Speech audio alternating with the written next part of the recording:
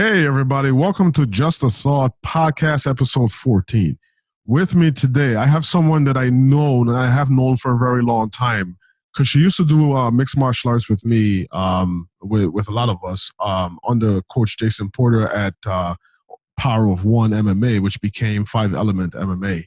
And she's a wonderful, fascinating individual. She originally, when she got into MMA with us, she weighed about 280 pounds and she lost about 120 pounds after that. And she became a bodybuilder. Okay. So she loves to live life to the fullest. And I'm going to show you some pictures of her remarkable transformation in this podcast here. Pop that up right up on the screen there. So Kate Warren is her name. And it's a great conversation because she teaches us some lessons on how to generally live life to the fullest, but also how to achieve balance in your life and sort of push forward and break free of your limits. She's one of those people, and I can certainly relate to her to some degree. And it was a wonderful conversation. So I hope you enjoy the show today. It's Just a Thought Podcast, episode 14.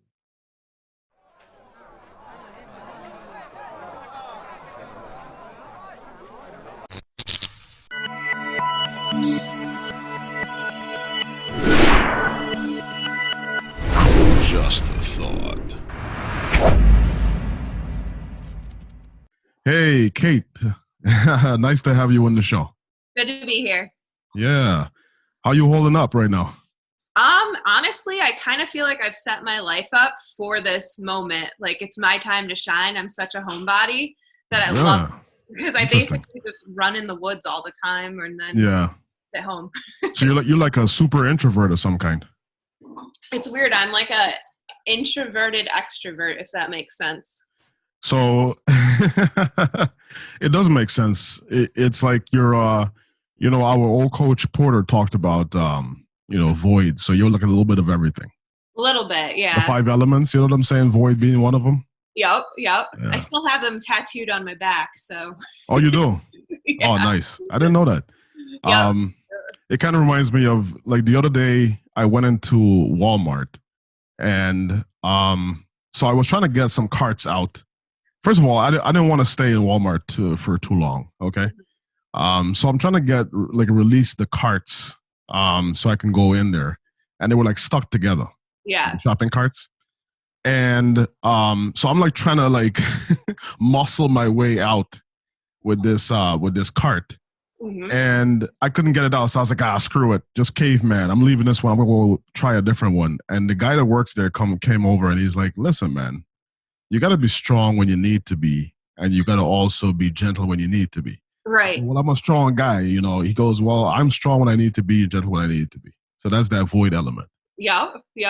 So, things are getting rough when you get in school by the guy that at Walmart. At Walmart, the cart guy. Yeah. So, I guess lessons can be learned from anybody. Right. Now, were you the one that crashed through the window at the first school? I kept thinking about that the other day. I was like, I remember Johan's going through the window. Well, so since you brought it up, I guess I never talked about it in the show. So this is many years ago when we still trained at Power of One MMA, which is where we met, right? Good old days when we were young. Old days, yes. Under Coach Porter there. Mm-hmm. And so sparring session, and a new guy comes in, and he's a little bit overzealous. And back in those days, we had like 2 training rooms or 3 of them, somewhere around there. Yeah. Yeah. It started off as 2. Like one was super small, and then they rented out the back room too because it grew so big. Yeah. And we had 3 for a while. Yeah, we were growing fast. So, but I was in the front room, and there were like large, because originally the gym used to be something else, like a extra learning school, like Sylvan Learning Center or something like that. Yeah. So there were large windows there and things like that. And I'm sparring this guy out there, and he's just plowing forward, and I'm way bigger than him. So in my head, I'm like, I really don't want to knock this guy out. He's a little overzealous, and I think he had just started training in MMA. And I didn't want to really hurt him, but I just wanted to touch him a little bit so he knows it's not going to be as easy as he thought. Because I think he came in with this mentality of like, I'm just going to come in here and I'll be in the cage in a couple of months. Yeah. Yeah. So it's so crazy because I was actually just talking to one of my friends about that today, is like just that overzealousness. Like people come in like, oh, I'm going to kick ass at this. And like, I'm a tough guy and all that. And it was so much more about, like there was a flow to it. It's like, it's almost like a dance, as weird as that sounds. It's just like the Walmart guy, Yeah. You're strong and tough when you need to be. Yeah. Yeah. I mean, there's lessons to be learned from martial arts. Beyond just knowing how to punch somebody, there's a lot of mental lessons that you can learn, defeating anxiety, learning to be patient, you know what I'm saying? And especially with our old coaches, hit his 5 elements and void. Like, ultimately, I think that was what he was trying to get all of us to, was to the void element. You know what I'm saying? And yeah, so I'm backing up from this guy because I'm not trying to hurt him too much. And then realize I was next to the window, crash. I go right through the window. Yep. And glass all over my body, cuts all up and down my arms, my legs. And Coach Porter comes over and knocks away a piece of glass that was dangling right next to my neck. So one of those moments in my life where I was this close from reincarnation, Oh my goodness. Yeah. So he knocked that away, cut up his hand, and I ended up spending like 12 hours in the ER, and I think Dylan Smith was there with me for like a good 7 hours at the ER, which I thank him for to this day. Oh my goodness. Yeah. I think you're the reason why there was a rule that was no heavyweights in the small room after that. Yep. Gotta have those padded walls for us, man. Big boys. Oh yeah. Yep. Now, so we're talking about martial arts and stuff like that. That obviously that's where I met you under Coach Porter at Power One MMA. When did you get into martial arts? So it's crazy. It was actually Coach Porter that talked me into it. I was actually almost 280 pounds when I started doing MMA. Basically what happened was my name was given to Jay, Coach Porter, because he was working on an anti-bullying program, and I had just finished with my school counseling degree. So I was helping them develop this anti-bullying program, and in exchange, he's like, you have to come to class. And I just I looked down and I looked at him. I'm like, yeah, you're joking, right? And he just encouraged me, like, come to the first class. And then after that first class, like, I'm not even going to say I was ultimately hooked. I was terrified out of my mind. And I don't even know if there was ever a day I wasn't scared going in, like even 6 years down the road. But, it was just every day, like, okay, cool, I'll see you Thursday. Okay, cool, come back, the next day. And it was just a matter of that. And that's actually how I lost 125 pounds. Yeah, that's amazing. And I definitely want to get into that because I want you to not only inspire people that are listening to the show, but myself, because I've been up and down myself and things like that. And I noticed that you, over the years, you've managed to, for the most part, sort of maintain, but I know that the struggle has been real. Oh, yeah. Because it's a push and pull, right? Right, exactly. And the crazy thing for me is I always thought that the weight was the problem and the weight loss and all that. And it was so crazy that actually when I lost all the weight, and I tell people this, like there's negatives to losing weight and things like that. I mean, you lose, your whole life changes, you lose relationships, with people and friends and family and all that, because you become a different person.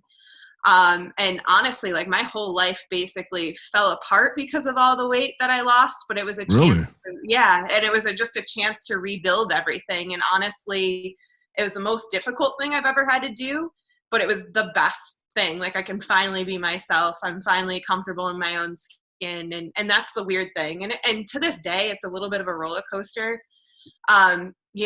Just with each different sport or different thing that I pick to do, my body completely changes. Like going into bodybuilding, I mean, I had abs for 15 minutes in my entire life and my whole body looked insane. And then now trail running, I have to eat a lot more carbs. So it's like getting used to my body, not being as toned as I'm used to it.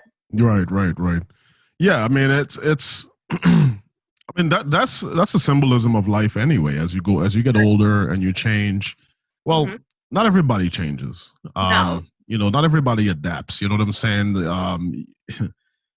You kind of have to really and truly, ultimately, if you want to be able to survive for a long time, live for a long time, because everything around us is changing. And I think we have clear evidence of that right now with what's going on. And by the way, you touched on it earlier. How are you and your husband and everything holding up during this quarantine? I got divorced a couple of years ago. Oh, I'm sorry. I did not know. Honestly, like, it's so funny to me that when people say, like, oh, I'm sorry, like, no one happy ever gets divorced. So, yeah. But yeah, so it's been 6 years now, I think. Really? Yeah. I haven't touched base with you in such a long time. I know. Wow. It's okay. Crazy. Okay. So it's been a long time. But it's been nice for me, and then it's also been a struggle. Like, I think a lot of people went into this, like, I mean, I know I did, with like list of things that, oh, if I have the time, I'm going to do this. Mm-hmm. And then I found myself just like between working and like sitting on the couch, like not able to pull myself off the couch and like away from Netflix. Like the motivation just. Please don't tell me you've been watching The Tiger King.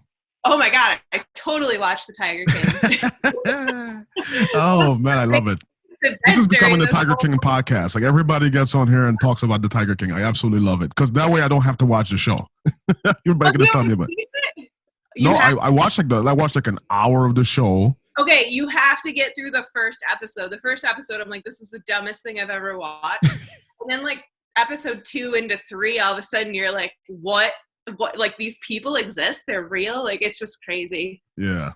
Yeah. I always say it's work, because like I have to understand what the middle schoolers are talking about. The middle schoolers are watching this.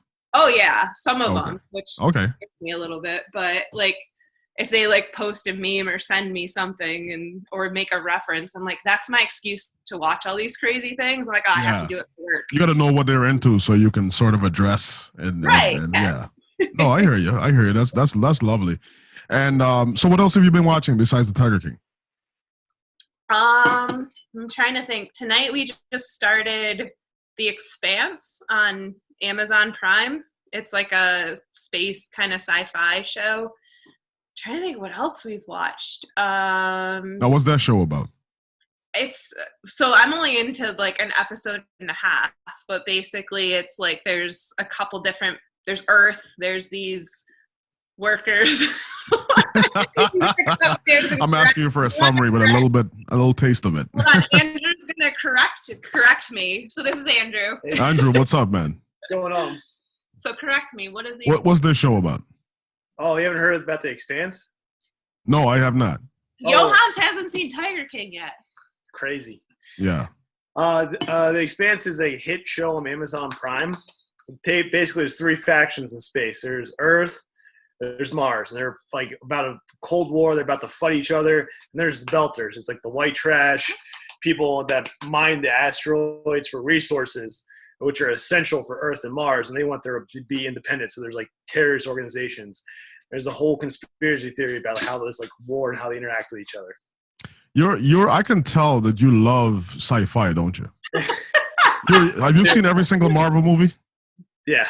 My man, I'm with you, brother. I'm with you. I love sci-fi myself. So. Oh, the best one is The Boys. So if you. Yeah, I've seen that. Good, yeah, because that's what I'm not the biggest sci-fi person, but like when that ended, I looked at him and I'm like, well, where's the next season? That's a good show. For those who haven't seen The Boys, it's like a twist on the superhero genre where the superheroes essentially are people who have lost their minds since they became had superpowers. Right. I'm not going to spoil the show. There's a lot more to it, but yeah, the superheroes are assholes essentially, and there's a group of guys who are ragtag anti-heroes whose job it is to keep them in check, but they don't have superpowers. So it's a good show. Yeah, and that's how everyone that's seen the show explains it. It's like the superheroes are assholes. It's like pretty much.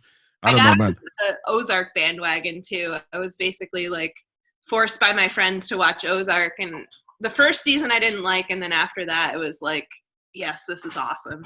yeah. Ozark is definitely legit. I love that show. It's like almost like Breaking Bad, but with a family. with the whole family? Like, you're like you okay. You asked how my quarantine is going. This is how it's going. This is how your quarantine is going. Look, what kind of dog is it? A pit mix? This is Tank. He's my pit mix rescue from the Humane Society. Oh, that's nice. Yeah, that's nice. His birthday's yeah, look at him. Training partner. Yeah, he runs with you, huh? Constantly. He does like 18-milers and things like that with me. So okay. Yeah. So let me backtrack with you a little bit, okay? Because there's a lot of stuff I'd love to talk. I can't wait for us to get into. Now, we started out by talking about martial arts and stuff like that, and I remember watching you fight in the ring and stuff like that. And now, someone who was scared to even go into training. Right. How did you end up in actually fighting in the ring? And I'm going to pull up a picture on the screen of Kate with a bloody nose that I found. Okay, and I know you're proud of this. Okay, you're proud of your bloody nose. How did you get into the actual cage? How did that happen? Or the ring? So for me, it was a matter of like, I'm training this hard, and this is how I kind of view life. Like, I'm training this hard, so why don't I push myself to the absolute edge, I guess I'd say? Like, what's the highest level I can reach? And for me, I wouldn't have been satisfied just like, okay, I put all these hours in. I mean, I was putting anywhere from 4 to 6 hours a day, 6 days a week into my training, which was insane to begin with. But why wouldn't I compete? Why wouldn't I try? And for me, that's actually how I beat the anxiety and depression. I shouldn't say beat, because I don't think you never truly win, but you develop ways of living and techniques and things like that, and you just become a stronger person. So for me, getting in the ring, it's like, okay, I did this, and I'm still here, I'm standing, and it was some of the best moments of my life. Like the first kickboxing match I actually ended up winning, and I can't describe any other feeling. I don't think anything's really come as close to that. My MMA fights didn't exactly go as planned, but hey, I'm still here. Yeah. You're still here, and you did it. You competed, and you showed some fortitude that a lot of people don't have. Right. Or aren't willing to show, and sort of overcome. Now, it sounds to me like you're a bit of a limit breaker. Have you always been that way? Have you always been somebody who wants to do everything to the maximum, or did that start with mixed martial arts? Oh God, no! It definitely started with the mixed martial arts. I think I had it in me, but I was always like a rule follower, and like I grew up with a mom that was constantly like, don't walk there, don't do this because you're going to get hurt. And like always in the back of my mind was, you're going to get hurt, you're going to get hurt. And so I was basically like afraid of everything. So then it turned into like, okay, for me to beat this anxiety and get over all this, like this is what I have to do. I have to start pushing myself out of a comfort zone. And at first it was like, just show up to class. And then it was get through 15 seconds of a round, go to power fit, try to spar, things like that. So it was these like tiny little steps outside my comfort zone, and they've just gotten bigger and bigger. And now I'm actually training, I do more trail running, and I'm training for a 40-miler. And you're talking to a girl who hates running, like absolutely hates it. Yeah. And I don't know, like trail running I love, because you're out in the woods and it's technical and all that. But it started off like, can I do a mile, on the trails? And now it's, this weekend I have to run 24 miles on Saturday. That's great. That's great. Yeah, I always hated running myself, but I find as I get older, it's, in addition to all the arthritis that I have now from a lifetime of sports. Yeah. And you, in addition to that, because I have a lot of from not to discourage anybody, but just from the martial arts and so on, I have a lot of aches and ailments in different joints in my body. Yeah. With all that said, I started running or jogging last year, right? And the last time I did it was right when the corona happened, but it was like a new challenge for me. That something I always hated. I did do track and field when I was in high school, but the only reason I did it because everybody else was doing it. In islands, everybody loves to run, and that's really what we did back then. We didn't really have most people didn't have their own car and things like that. We were pretty poor. Mm-hmm. And but when I came to America, here we drive everywhere and so on. And Mm-hmm. I kind of got used to that, and I got into weightlifting and things like that. But anyway, running just became a new challenge for me that I was starting to enjoy as my cardio started to get better and things like that. Is that what happened with you? Yeah, exactly. And you probably know, you like start like with little mile markers, like, okay, from me to this light post, can I make it? Or from me, I know like Otsenango, I'm like, can I run all the way down to that garbage can, without stopping? Yeah. Little tiny steps outside your comfort zone. And then like, okay, can I go a little bit further this time, and things like that.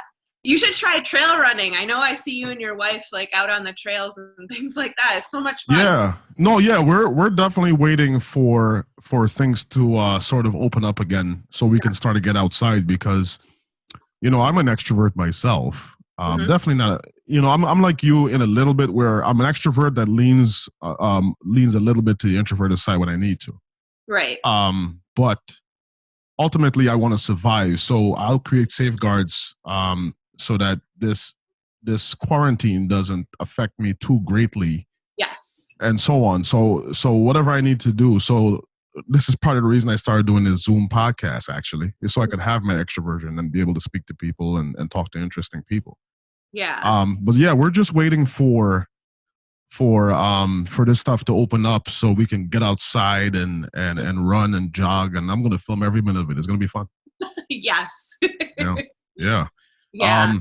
Are you finding that it like comes in waves with this coronavirus? Like, I know like all of a sudden I'm like, this is the best thing ever. I don't have to set an alarm. Like I can just wake up when I wake up and get my work done. And then it's like by Wednesday or Thursday, I'm like, I hate this. I miss my friends. I'm just like, I can't do this anymore. Yeah, I definitely go through the moments where it hasn't, like I said, it hasn't happened too often, because I kind of anticipated I would be sort of miserable being locked away from everybody. So that's, like I said, when I started this this YouTube channel and then doing the podcast and things like that, that was like sort of a safeguard for myself. But even with all that, I still have those moments where I'm like, man, I need to just go be able to hang out and go out at night and things like that. So I definitely have my wavy moments, but the advantage for me is work hasn't changed at all for me. I'm still working as a nurse. And not only that too, I'm working in a capacity where I'm a nurse to hundreds of people. Yeah. So I'm interacting with even more people than I did. And I just started this job like when the quarantine happened too. So it's a little bit different for me than it is for like maybe yourself as a teacher. Right. Well, thank you for doing what you're doing. I mean, it's stressful for everyone, but especially you guys. Yeah, I appreciate you saying that. But I ultimately still just doing my job. You know what I'm saying? Somebody's got to do it. Just like yourself, and getting into it here. What do you do for a living? So I am a middle school counselor. It's weird. I actually worked in marketing for 10 years. I worked in business for a long time, and I miss being in something where I could actually help people and make a difference that way. And so I actually took a really big pay cut and went back into working in education, which was the best thing I possibly could do. And I'm one of those weird people. Like I love working with middle school students. Just they're so crazy at that age. Like everyone's like, no, I don't want middle school. How do you do it? They're so much fun. Yeah. And you can see an impact. They're not too old where they're like rolling their eyes thinking like, oh, what's this old lady saying? And I mean, they still do that with me, but then there's also, the aspect where they're still like have a little bit of that innocence in them, and they like coming to you for help and things like that. But I basically like get paid to hang out with kids and help them. Okay. So when you talk about counseling, is that in relation to what courses they take, or sort of more emotional issues and things like that? It's a good mix of both. So like they actually changed the name from guidance counselor to school counseling because it was way too much of that focus on academics and just like, okay, what do you want to do when you grow up? And you need to take these classes to graduate. Now it's so much more mental health based. And that's what the kids really need. I mean, it's crazy. If when I was 12 or 13, even all the way up to 17, 18, I wanted to be a music marketer, like, and promote bands and things like that. Like, I do nothing close to that. So expecting kids to know what they want to do at this age, is crazy. They just need that help and that boost of like, how do I develop confidence? How do I, stay strong when I fail at something? How do I, get through this problem that I have? That's really what's important. I don't care what college they're going to. Like, if they want to go, great. I'll help them do what they want. But I'm more concerned with, like, how are you going to set goals and how are you going to be the best version of yourself down the road? And that's what I love hearing that. And you're a wonderful person. And this is part of the reason I was so excited to have you on the show, because you're someone who, it seems to me, you have a firm grasp on what your purpose is and sort of what, I don't know if you use that word purpose, but essentially, why you're here on this earth. Like, what is your contribution Exactly. towards the humankind? Let me take you on a journey. Okay. And ask you, where are you from originally? So I was born and raised right here in Binghamton, really Shenango Forks. My plan was always to leave, and I stayed. And you stayed, okay. So, yeah. So when you were a kid, what did you said you wanted to be in marketing growing up? I wanted to manage bands and like travel the world, and basically, so this was at the prime of like NSYNC. Yeah. I was going to marry Justin Timberlake and be their band manager. Yeah. Okay. Now, so what was upbringing here like for you? Because were you always a bigger girl growing up, or is that something that came on as you got older? I was probably, since the time I was 4 or 5 years old, pretty overweight, and like I never really knew I was any different than any kid. I have an older brother. And then it was my parents, myself, and my brother. And then when I went to school, all of a sudden it was like the first time I realized I'm different. And I was picked on really, really bad. I was bullied pretty bad all the way through school. It got a little better like junior, senior year. But I don't know, like I developed a lot of strength. I don't think I realized it till I was in my 20s, how much strength I had just dealing with that. And that's kind of the neat thing about all these goals is you like level up, I guess that's the best way I can put it. Yeah. And it takes you months and years to even realize how strong you've gotten. I'm not the same person from when I did martial arts, and here after competing and going through all these changes, I'm like, oh, I'm the best version of myself. And now looking back, I'm like, you were weak and crazy. Well, I mean, I guess it's all relative. I always say one thing too. I say, with people like yourself who go through milestones and metamorphosis as they get older, and sort of shed that old skin and become a butterfly. People like yourself. That's one of the ways I would describe someone like you.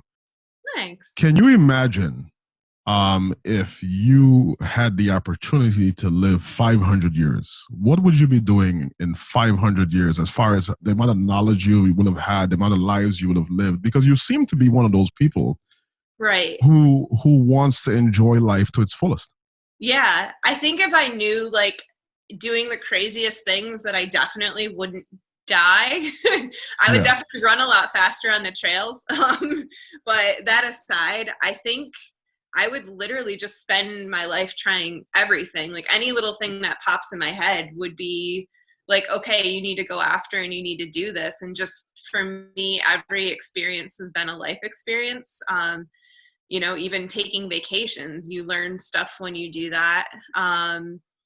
I don't know. I just look at every little thing as a life experience. And for me, that's what these goals are. It's like, and I try to do anything that pops in my head. Like, oh, this looks cool. I could never do it. That's my key. Like, you have to do it now. Yeah. And you mentioned a little bit about traveling. Have you traveled outside the country or even just across country and so on? A little bit. When I worked in marketing, I traveled a bit. And then when I was a teenager, I actually lucked out. My grandparents at one point in their lives had lived over in England, and they kind of made a point to take all of their grandkids over there at some point. So when I was 14, I got to go overseas for just under a month, which was awesome. And then I've driven cross country. I do not recommend it. Really? Oh, it was awful. It was so bad. Yeah. Well, it also involved a car accident in Nebraska and being stuck in Nebraska for a few days. So. Man. What's in But, Nebraska? Just corn? What's over there?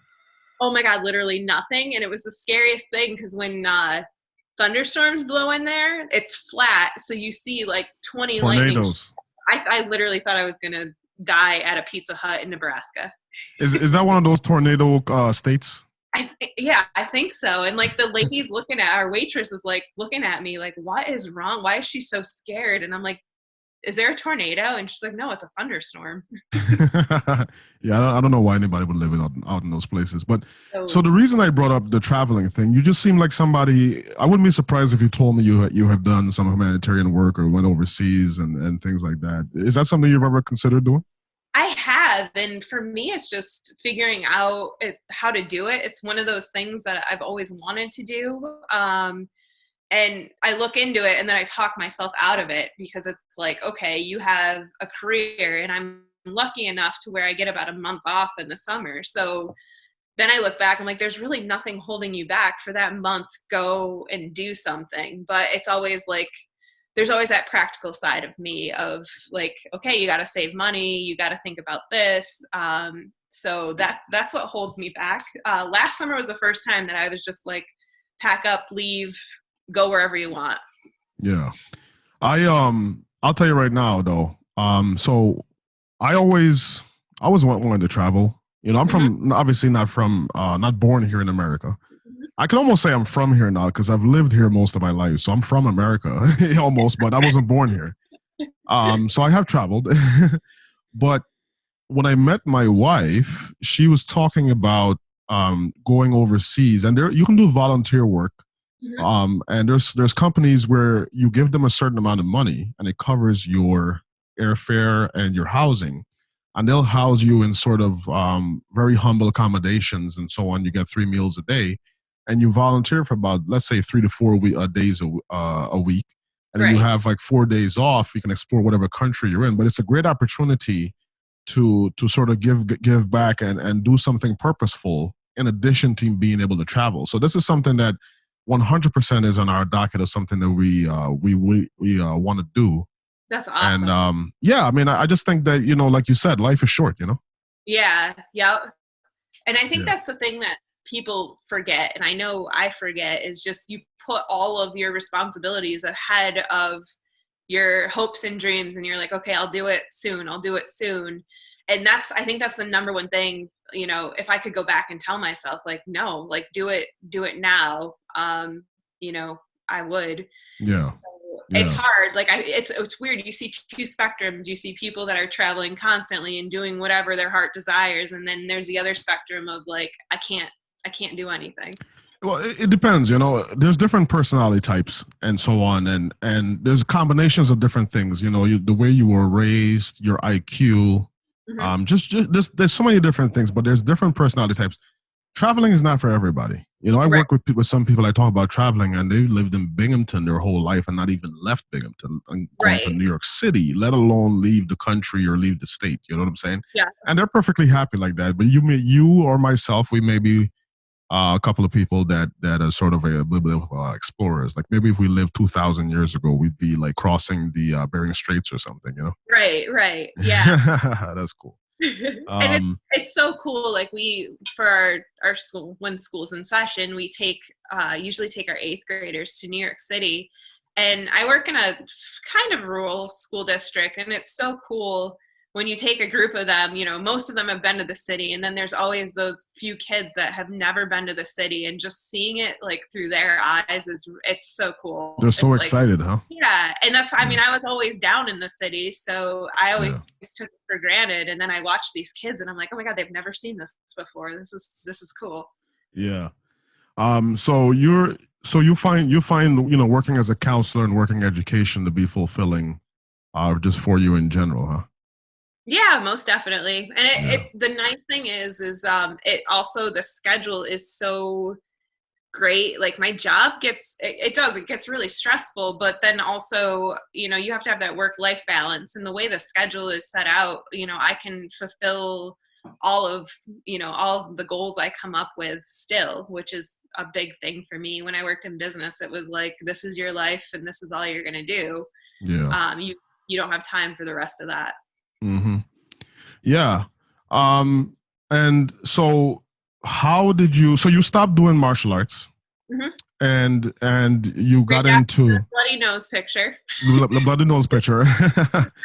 But I remember you had lost a whole lot of weight. I do remember you had lost a lot of weight and things like that. Now, was your motivation to do this, was it external, or did you find it to be internal? Like, did you have people that you associated with, friends that you made at the gym, for instance, that sort of encouraged you, or are you more like self-driven? It was a really good mixture of both. I think when the times that I started to doubt myself, that's when like you guys would step in, and we truly were a family. Like I felt like I had 25 brothers and a handful of awesome sisters, and we used to load up in minivans and go to fights together, and we would have laughs the whole way, man. I do miss those days a lot. Yeah. I spent many Thanksgivings with the porters and all that, and spending time with them. So it was a good mix, and I'm finding that now. And for me, it was always tough making those connections and having friendships and things like that. And I realized the more that I become who I'm supposed to be, the more that I respect myself, the more that I just am the goofy person that I am, those people come around you. And, even with trail running, I found the best group of friends, and it's the same thing with that. They're so encouraging, and you don't even have to say anything, and same with martial arts. You guys could tell when it wasn't a good day and needed extra. You guys could also tell when I was just being, a pussy and needed to be like told to shut the fuck up and go do it, or we're gonna get in the ring and kill you. Well, basically. There's something about humans. Like if you look at for instance, veterans, okay, people who have actually been on the front lines.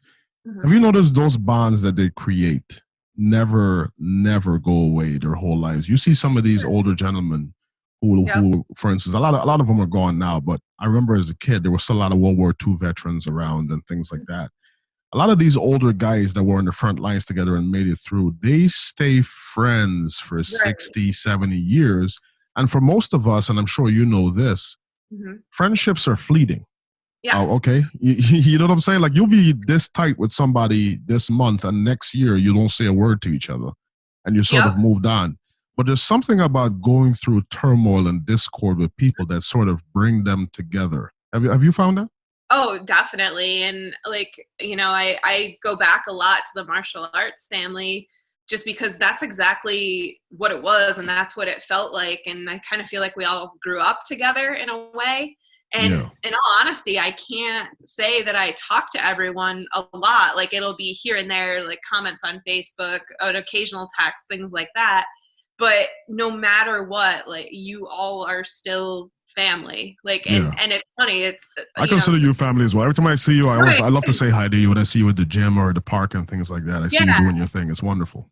And that's what I love. Like, as much as I hate social media, I love it because I can see everyone's doing. And, I think that's the biggest thing for me to let all of you guys know. I'm going to get a little sentimental. Like, I see what everybody's doing, and I'm rooting for all of you. And I get so excited when I see people doing such awesome things and growing up. I say growing up because we had so many young guys on our team. No, I mean, at the time, I was in my mid-20s when I started with Coach Porter. You know what I'm saying? So, and now I'm approaching 40. So, right. So, it's funny because it's not even. Sorry, go ahead. I said, and everything in our bodies hurt. Yeah, man. I mean, I have these weird pains and stuff like that. Like right now, I'm sitting here talking to you, and I'm deliberately sitting upright. I'm trying not to slouch. When I was a kid, I didn't give a crap about slouching or not slouching. And boss would always say to you, "Oh, don't slouch." I was like, I don't care. Yeah. But now I'm like, I need to sit upright and strengthen my back here because it hurts too much. It's like, wait, I feel a back spasm coming on. Hold on, let me. But yeah, so taking us on the timeline. So we covered a little bit of your youth and when you got into martial arts. Yeah. Following through with that, after the martial arts, what started happening after you lost weight and things like that? I know, and and with your permission, I'm gonna put it on screen. Yeah. I know you had some work done. What kind of work did you have done? So I actually had an abdominoplasty, and basically what that is they remove any of the excess skin from usually the stomach area. I know people have had, I don't know what it's called when you get like your arms or your legs done, but mine was all around the stomach area, and it's weird. It wasn't something that I was like, I have to do this. Like, I was actually pretty comfortable in my own body, but I really wanted to try bodybuilding, and, I had other goals and things like that. And it's like, I had worked so hard to lose this weight. I don't want the skin just hanging there. So I actually had that done 6 years ago, I think. Yeah. Something like that. 5-6 years ago. Yeah, it's you're very inspirational. And just in general, and that's one of the reasons I'm so happy to have you on the show. And it's inspiring to talk to someone like yourself for me, even for me as well. I think for me, once I lose the weight again for the final time, because I'm doing things a little bit differently than I did in the past. In the past, when I lost weight, and I've been on this dance multiple times. Right. But the difference is, when I was younger and I lost weight, I always had this goal mentality. It was never crawl or walk. It was go. Yes. And that even applied to the way I approached my diet. So I was either eating too much or not eating anything at all. So right. I would lose weight and lose a ton of weight in a short amount of time, and then sort of rebound and go back and forth. Now I'm taking my time. You know what I'm saying? Right. Now I'm slowly making changes to my life and things like that. And there's no rush necessarily for me to lose this weight. So it's very inspiring to talk to someone like yourself. Now you had the work done, and so you were inspired to become a bodybuilder and to perform on stage. What was that like? It was interesting. Actually, the first time I ever wore a 2-piece swimsuit was on stage in front of about 500 people. Which, I'm sure that wasn't nerve-wracking at all. It was just not at all. My leg was shaking so bad, and my coach was yelling at me. He's like, "Stop your leg! Stop shaking your leg!" I'm like, I can't.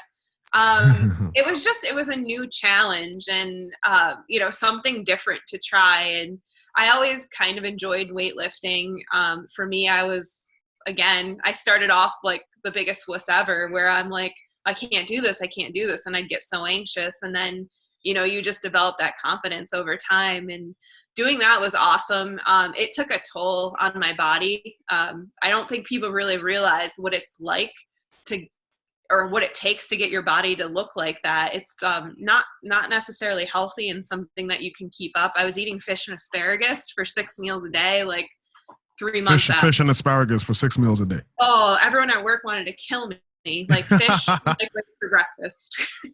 I'm sure when you had to go pee, it was like, oh man, I just can't wait to smell asparagus the whole time. It was so awful, and it was just stressful. And between that and the weight cutting for MMA and all that, I actually went into basically, whether you believe it's a real thing or not, what the doctors diagnosed as adrenal fatigue. And it's just, constantly training. Like, my OCD and anxiety turned from being afraid to leave the house. It turned into, over exercising and being crazy with my training. And so I really had to learn, again, just to balance all that and know, like, okay, your body's shutting down. You need to, take a break for a little bit. Yeah. That push and pull you talk about, that roller coaster, man. But, it may be something that is innate to your personality, to be someone who is a limit breaker. And whether you're talking about the way you ate, because I think I'm very similar to you in that fashion, where if I am into something, I am really into something. Exactly. And I have to force myself to balance. You know what I'm saying? Like, for instance, before we did this podcast, I ended up taking a nap because I had to do some meditation, actually. So I put on some meditation music, and this is the whole reason why I'm into part of the reason, I should say, why I'm into Buddhism philosophy, because they preach balance and things like that, because I need it. If I don't have balance, everything I do is done too little or too much. That middle ground is so difficult to maintain. And it sounds like you're very similar in that fashion. You know what I'm saying? So I did some meditation. Have you ever done meditation, or have you ever looked into that stuff? It's funny. That's actually something that, everyone kept telling me, you have to do this, you need to try meditation. And we're talking like when I, went to counseling myself and, even just people like, hey, this will help your anxiety. And it wasn't until about 3 years ago I started doing that. And now I'm real big into yoga. I love doing yoga. That's, kind of the balance to the stressful side of my workout. And it just brought about a whole new way of thinking, as weird as it sounds. And I have a yoga instructor. It doesn't sound weird at all. Yeah, and I have a yoga instructor that literally yells at me and drops F-bombs like in the middle of really? class. Seems a little bit counterintuitive to what yoga is supposed to be about. It's okay. Awesome. It's funny. He's very much like, I don't know, he's got a similar personality, to me, and he's a good friend of mine and things like that. And, that just brought a whole new balance to my life. Like when I was doing MMA and lost the weight and things like that, I mean, I was probably mid-20s when that all happened. And it turned into me almost thinking I had to battle everyone. You kind of go through this roller coaster of like, okay, I'm scared. And then you realize like, okay, I've developed confidence. And you almost get overconfident and like, oh, this person looked at me this way and I bet they're judging me. You're like, oh, I can take them and all that. And now it's like, No, okay. I didn't expect that to hear from you. I know a lot of guys are like that. You sort of had this walk around with this chip on your shoulder. You know what I'm saying? I didn't realize you had that part to you. It was weird. It was so out of the element of who I am as a person, but it just became a battle. And I think some of it had to do with the people that were influencing me. And it wasn't the MMA crew. It was actually people that kind of got me out of MMA and into bodybuilding. And it just turned into such like a superficial, like, and I'm not saying that, with bodybuilders, they're not superficial in that manner. It was just the group of people I was with.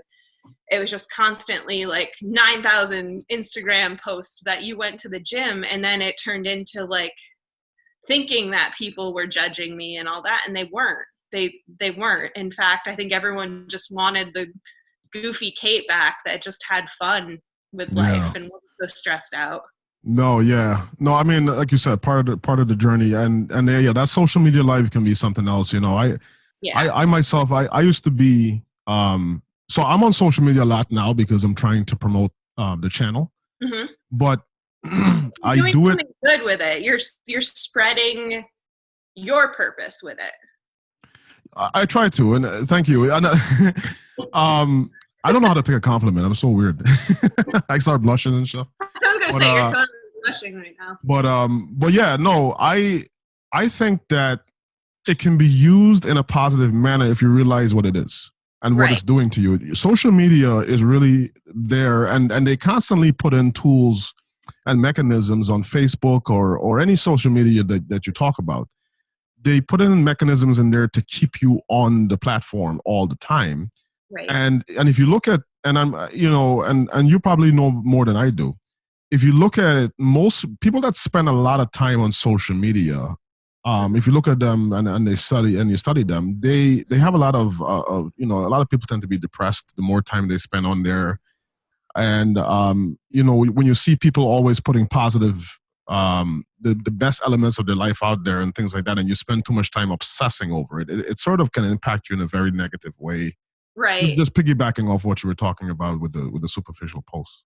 Exactly. And, I kind of look at it as it's interesting. I feel like some of the people that have the most balance in their life, you don't hear from a lot, and they're not, like, look at me, look at what I did.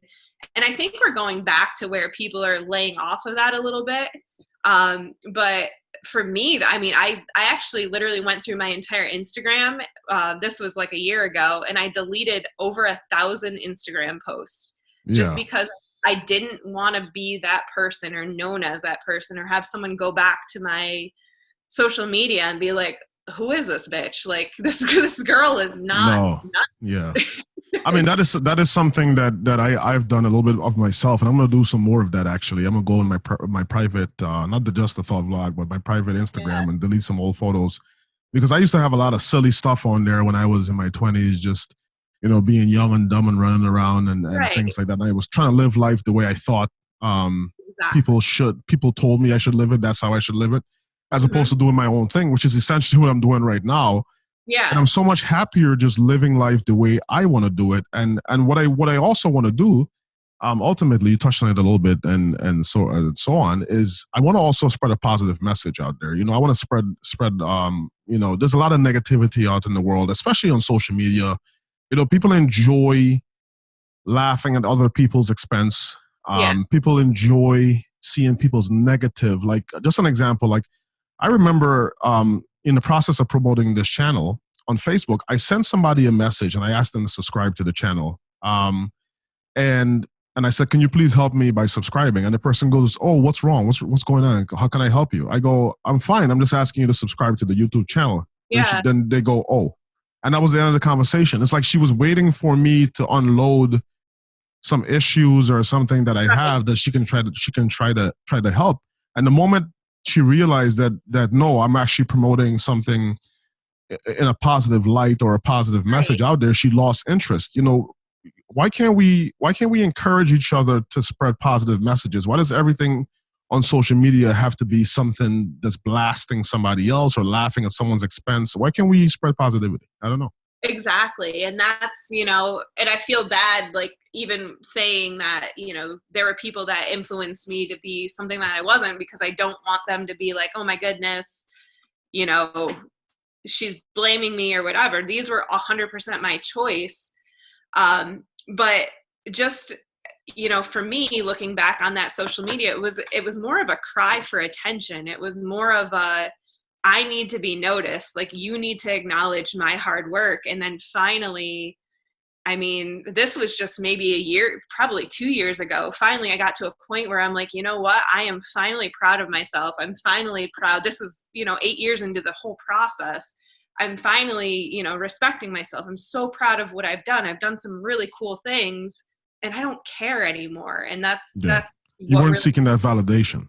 Exactly. Yep. Yeah. And that's just kind of been the past 2 years. And I have, I've been so happy. That's wonderful. And that, like we talked about before, that shows that personal growth.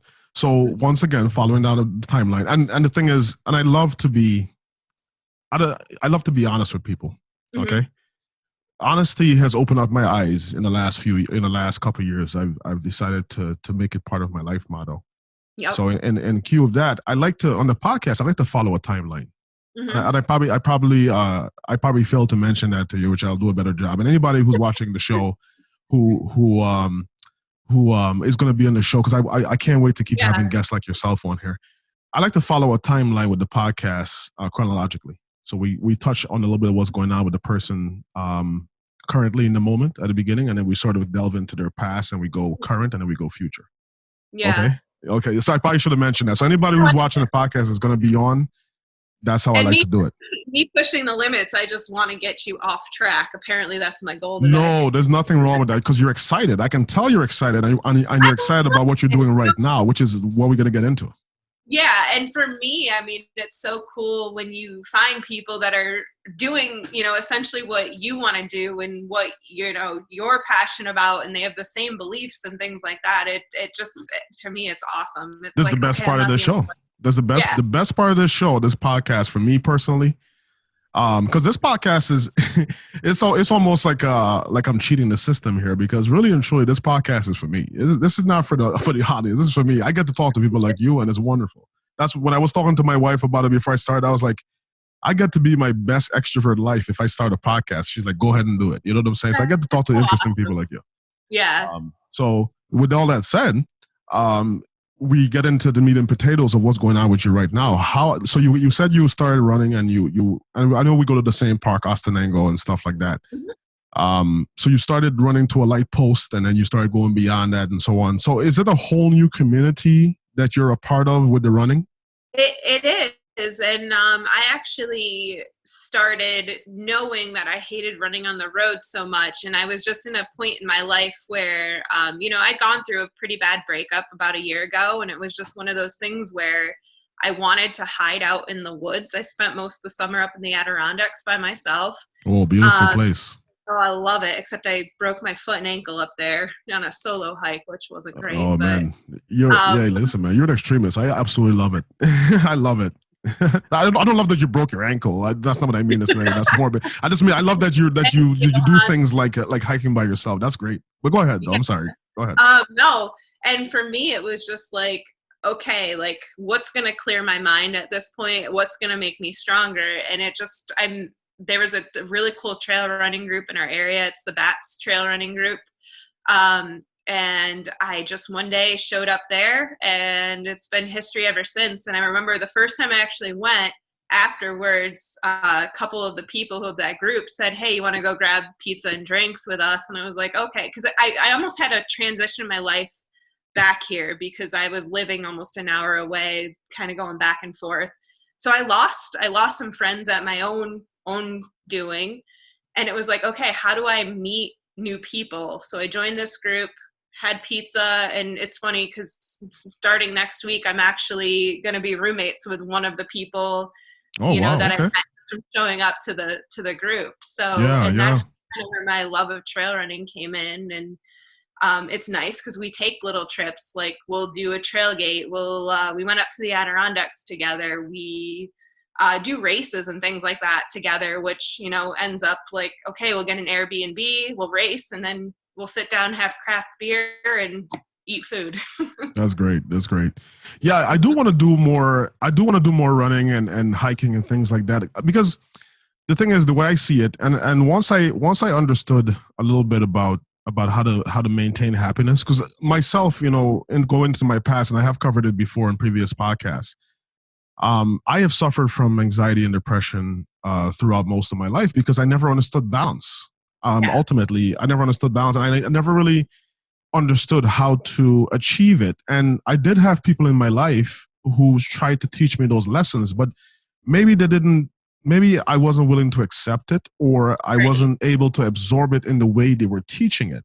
But I'm not going to try to convince people that I didn't have people who were looking out for me, or people who were weren't raising me right, and so on. I do have a lovely mother and so on and things like that. So, but I just couldn't grasp the concept of balance. And in my mind, when you talk about doing these trail runnings and things like that, I can kill so many birds with one stone when you talk about doing something like that, because you can get your exercise in, you can get your sunlight in, the sun is great for boosting your mood because it helps you create vitamin D under your skin. And then also, just that fresh air, man, that unplugging, you might be listening to music, but you're not like plugged in really, other than focusing on what you're doing. Yep, exactly. And going back to your point of, having people telling you like it's about balance and things like that, and not being ready to accept it. To me, that's all part of growing up. Yeah. And, I look at it like, kids will come into me from a school's counseling standpoint and say, this person said this about me, it's the end of the world and all that. And I remember being in their position, and it's so hard telling them, like, girl, it doesn't matter. Like, it does not matter. You won't even think about this ever again, But you have to be at a point in your life where you're like, okay, I accept this, and and it's a different age for all of us. It is a different age. That didn't start happening to me until once again a couple of years ago, which I went through. Like for me personally, I go through a sort of metamorphosis every 5 years myself, where I'm into something else, something different. Mm-hmm. And also it's a result of a metamorphosis of my mind and a growth in my mind. And in my mind, that was one of the most lovely, one of the loveliest things that I went through was when I started to not give a crap what other people thought about me. That was when I finally got to that point where I was like, I don't care. And that is why part of the reason why my life is, on yourself, I can tell, my life is so unlike most people's lives, because I'm finally able to be the weirdo that I've always wanted to be. Yep. I am the biggest, goofiest dork there possibly is. Like, I don't know. I like I said, when people say, how are you doing the coronavirus? I'm like, I basically live out in the woods with my dog, managing his Instagram account, and so I'm good. Oh, your dog has an Instagram account? What's the Instagram account for your dog? What's that? What's your dog's Instagram account? Trail Dog Tank. Trail Dog Tank. Just a Thought vlog will be following Trail Dog Tank pretty soon here. The dog text me the I'll try to find it, but if I can't find it, text me the link. Yeah, the dog is way more interesting than I am, but the dog is an extension of you, okay? But yeah, so that's great. So if I have to, so now you're into trail running and so on. Now we know that's not gonna last forever. Okay, we know Kate's gonna be into something else pretty soon. Okay. I hope the trail running sticks around for a while, but I don't know if I'm 80 if I can do it. No, it's after a while it starts to wear down on your knees and things like that. Like some, yeah, like these aches and pains that I have currently. It does slow me down at times where it comes to work and things like that. Which is part of the reason, obviously, that I need to lose weight. But regardless of how much you weigh, if you run enough, the human body isn't made to last forever. Right. You know what I'm saying? So yeah, one of the reasons I did the trail running over road running is I've got a pretty bad hip flexor injury from MMA, and then the trails are a little bit less of an impact on you. It's weird. You feel totally different when you do it, but then you also have roots and rocks and things like that you trip over and get scuffed up that way. But yeah, so you might eventually get a couple of lovely scars that you can show off later on. Oh, I've got a few, yeah. Tumbling down a hill or something like that. Yep, I fall daily. Yeah, there's nothing wrong with that. You pick yourself right back up and you dust off, right? And you keep going. Exactly, yeah. Yeah. Yep. So if you, and this is why we talked about it earlier. Mm-hmm. I'm going to go ahead and encourage you. I think someone like yourself would enjoy volunteer work overseas. Not that there isn't things to do right here in this country, and there aren't people who aren't in need here. Mm-hmm. But what I mean to say is, when you do things, because in my opinion, because of how short life is, when I do things, I want to kill multiple birds with one stone, so to speak.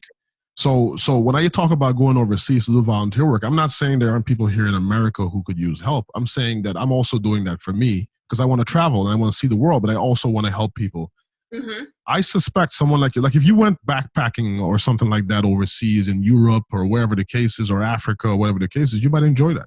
Exactly. Yeah. And I think, that's a good point that you brought up is that something that I now try to incorporate is how can I help people with these goals that I'm doing? And this year, actually, I teamed up with Team in Training to do my first triathlon and raise money for Leukemia and Lymphoma Society and, get their message out. And unfortunately, my triathlon was canceled. And then it was like, okay, I'm doing the 40 miler. So that's kind of up for it. And then that got canceled. And I'm like, I'm still going to run the 40 miles. And for me, I think going forward, that's what I always look at. It's like, okay, if I say down the road, I go and do a race out in Colorado, what can I do to help other people, whether that's push themselves out of their comfort zone and do something cool, whether it's raise money for something. Ultimately, that's where I'd love to get in my life, is where I can kind of do the things that I love to do, but then giving back. That's always my goal. How can I? No, absolutely. I think ultimately, have you, being in counseling and so on, you've heard of self-actualization as a concept? Yep. Which is, and please stop me if I'm wrong and so on, but it's essentially reaching that state of happiness in general. Mm-hmm. That only, I think maybe 1% of the human race reaches. Yeah. According to statistics. Yep. Yeah. And it's sort of like just feeling like all your goals in life, or not all of them, but for the most part, you feel like you're living your best life in a summary. Exactly. Yeah. And I think go ahead. It's weird because you see it, and I hate going back to social media all the time, but everyone's like, oh, living my best life. And it's like, are you? And it's always a question that I ask myself. It's like, okay, so what's that going to look like in 5 years? And like you said, what's next? Yeah, I don't know how you can sort of approach or reach self-actualization without living for something greater than yourself. Living for other people or for the planet or for animals, for instance. I know I sound I probably sound a bit like a hippie, and maybe I am. Okay, which it is what it is if I'm a hippie, but I don't know how you can get to self-actualization without leaving a legacy of some kind or a positive impact on some kind, like realizing that the world and human beings in general are sort of dominoes, and you sort of can try to like push on one of them and hopefully knock the rest down, huh? Mm-hmm. Yeah, for sure. Yeah. So I don't know how you can get to that without, and I mean, even with yourself, you're doing that on a daily basis, being a counselor, just in your job itself, you're killing multiple birds with one stone. Mm-hmm. You're being a counselor and you're working and so on, but you're also impacting these kids in a positive way that may change the course of their lives just in that mode, just in being what you do for a living. Right. Exactly. Yeah. And I Yeah. always try to make them aware too of, some of the goals and things I do outside of school, just so they can see like they can push themselves too. I know the rumor got around fast when I first got the job at Owego that I was an MMA fighter. So all the kids are like trying to YouTube and They love find that. fights and things like that. And then for me, that's, do I want them to see me slip in my own blood and break my nose? No. But then it's also like they know, like, okay, my school counselor worked really hard and went after something that she really wanted to do. Yeah, and then we can do the same because one of the things that we teach these children is that the same lessons that they taught us when we were little kids is that you are the future, and we want them to believe in themselves. We want them to believe that they can do anything they want to do. Right. Exactly. Yeah, and that's what's pivotal about a counselor. A counselor, that's your role. Mm-hmm. That's your role there to help guide them through and sort of help them believe in themselves and so on. Because I think before you can even achieve anything, you have to believe you can achieve something. You know what I'm saying? You can't go into it thinking, I don't know if I can do it, and then do it. It doesn't work that way. Right. Yeah. And even if you don't think you can do something, again, like I said with the running, you pick a spot where it's like, I know I can get to that point. And that's with any goal. It's like, okay, I know I can do this. And then you get to that point, and then it's like, okay, the second time, can I push myself a little bit more?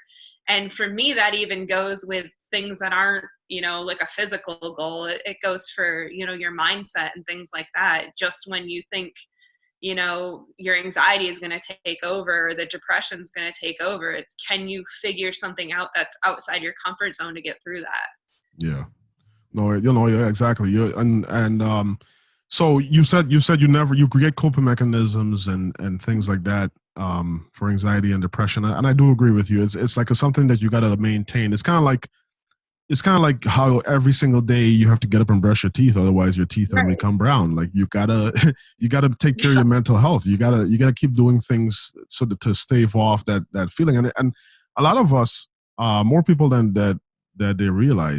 people realize do suffer from anxiety and depression. They just don't use those words for it for some reason. I think there's still that stigma, Yep, for sure. It wasn't until, I was in my 20s that they actually diagnosed me with that. And, a lot of times I was just told like, oh, she's a really sensitive kid. She worries a lot and things like that. And I mean, I had full on OCD, like couldn't leave the house until I checked to make sure the stove burners were off, and I locked every door and did that 6 times. So it was like, no, this is a little bit more than just worrying.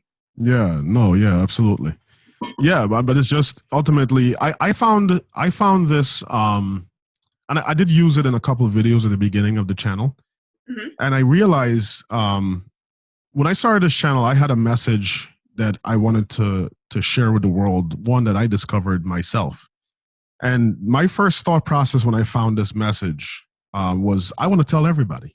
You know what I'm saying? Because I see so many people suffering from some of the same issues that you suffered from or that I suffered from, with no real way of solving the issue or any understanding of how to solve the issue at all.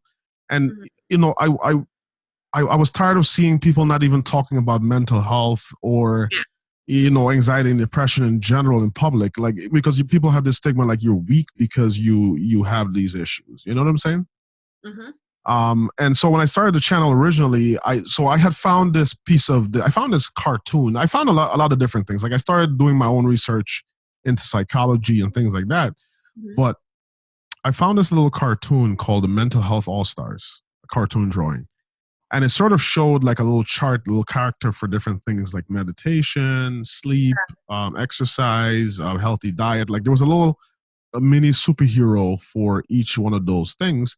And essentially, the message I got from it was, if you do a little bit of every one of these things and schedule it into your life, which schedule is part of it, you Yeah. routine schedule is part of your life, then you can sort of stave off the void, which is what I call that despair and that hopelessness and that unhappiness that a lot of us feel. Yep, exactly. And I think where people get overwhelmed and they can't stick with things, and it goes for anything that you do in life, whether it be your mental health or whether it be weight loss or exercise, is people try to bite off, the entire pie. They try to just consume it all in one bite. And it's like, you have to pick these little tiny things, whether it be like, okay, I'm going to go for a 5-minute walk to help. I'm going to, try this technique. I'm going to try doing this and, do it for a week. And then until it becomes a habit, then you add the next thing in. You can't all of a sudden uproot everything and change everything in your life. That's not going to stick. You're going to get so overwhelmed and so anxious by the changes that you're just like, I give up. I'm failing. I give up. Which is part of the reason why so many people are struggling. We all are actually, even more so the case with the changes, economic changes, and the societal changes that has occurred because of this pandemic. Because I think we all would have been fine with being isolated socially if it happened over the span of 20 years or something like that. Like if we slowly, like, oh, it's once a week or something like that you have to stay home all day or have a curfew. But it all happened overnight. Like humans have this amazing ability to adapt to new situations. It's just that we've caused this planet a huge amount of change in a short amount of time, and now we're feeling the effects of it ourselves. It's like a rebound effect. The planet's like, oh, you gonna do this and this in 100 years? I would try some of this. Try some Corona. Right. Yeah.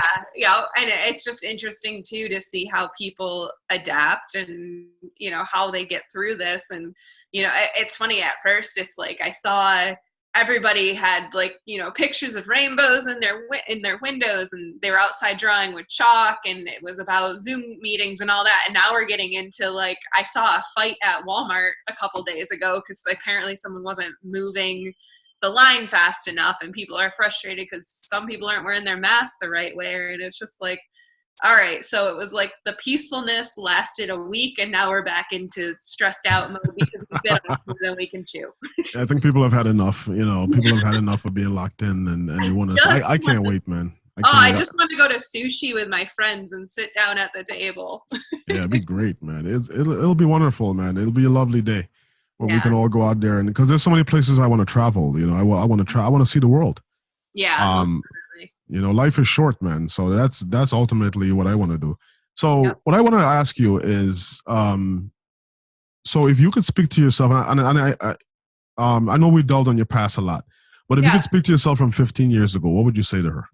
I think the first thing I would say is everything is going to be absolutely okay. Like, breathe. And then the next thing that I would say is, above anything else, you need to put yourself first, and you need to respect yourself first. And I'm definitely a giver, like just want to help and want to take care. And I always would constantly put myself on the back burner. And that's where I found most of my anxiety, and just, was constantly falling apart and, couldn't get through certain things.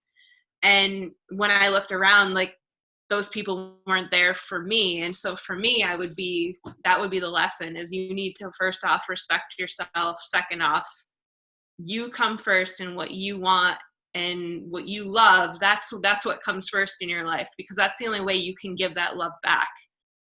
Yeah, I love that. And where do you see yourself in 10 to 15 years? I hope to be a better trail runner that falls less. I think it's weird because I am so happy. I do really love my life. Obviously down the road here, I'd like to have a nice house and, someone there by my side and, cheering me on for all these crazy things that I do. Yeah. But, if I could make money and live off of just traveling the world and accomplishing my goals, I would do it in a heartbeat, and I'd be super happy. So that's always been a goal of mine. But, right now I'm happy. I love it. What's the jacket you got on there? The Nike with the Ole Miss on there. I just stole Andrew's hoodie. Oh, you did? Okay. So he used to work at Ole Miss, so I just stole it. And I found out did you know there's a headphone jack in your? Yeah. There's like a little thing where you can pull your headphones through. Oh, really? Yeah. So it's like Bluetooth. So you can is it Bluetooth enabled? You can play music through your jacket or something? No. This is like the old school, so you can put the cord through. Oh! I got you. I got you. Put it through. Oh, you have matching sweatpants. So there you go. You got to complete the outfit. Right. I need to steal that too. You got to steal that too. Yeah. So before I let you go steal Andrew's sweatpants. The rest of his clothes. Tell me what that tattoo on your right index finger means. What is that about? I've got a lot of very random tattoos, but the crown is probably the most important. If you can see it, it's always funny when I'm heading down to my parents and I fly through Charlotte because everyone thinks I'm just a big fan of Charlotte, North Carolina. I actually got this on my birthday. I don't know how old I was, 20 something. And for me, again, it was going through a rough time in my life. And I actually got it to remind myself, like, not that I'm the queen as much as I'd like to be, but it's to have confidence in myself and put myself first. You can be a queen. Why can't you be a queen? I call my wife the queen all the time. She knows she's queen, Jay. Why can't you be a queen? There's lots of kingdoms. You can be a queen of your own kingdom. Right? Exactly. I wouldn't have to be proper in my own kingdom, I guess. There you go. And if Andrew doesn't give you the sweatpants, you can take off his head. Right? Yeah. like a true queen, like I'll off with your head. Exactly. Well, Kate, I want to thank you for joining me on Just a Thought podcast, episode 14. It was a wonderful conversation, and we should definitely. Well, I don't know if I'm going to be doing any trail running with you, but at least not anytime soon. But I might see you in Ostenango Park. I might run with you for about 0.1 miles or so, and because I'll be so tired from not running for so long, Well, I think since you challenged me to try to do some volunteer opportunities and travel abroad, I think you need to join us with our group, our BATS group, once we can run as a group again, and just do one trail run with us. I will make an attempt. I'll put it that way. I'll make an attempt at running a trail with you. Perfect. All right. So I'll talk to you later. I will stay in touch and send me the link to the dog's Instagram. I can follow that too. I will. I definitely will. All right. You take care. So much. All right. And tell Andrew I said good night. Good night. All right. All right. Bye-bye. Bye, Johans. Bye. Please search on YouTube for Just a Thought Vlog and follow us on social media.